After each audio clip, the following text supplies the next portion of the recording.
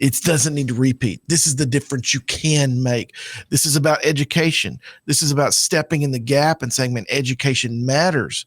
Yeah, you might not have some good wins with this, but man, we're going to get through this. We're going to fight through this. I know how this works. We had a gentleman that came in to our kids program one time. He says, I want your worst readers. And we're like, man, let's not call it that, but that's what he wanted.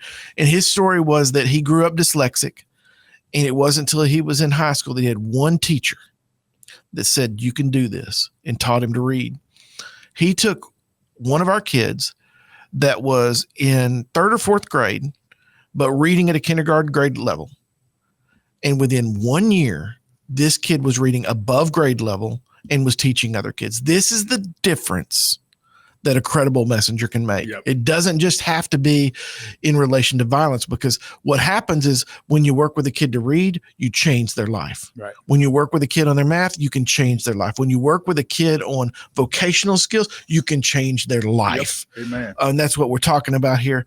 And we can also bring in cognitive behavioral therapy, teaching young men how to deal with anger, fear, and disrespect without turning to guns and violence.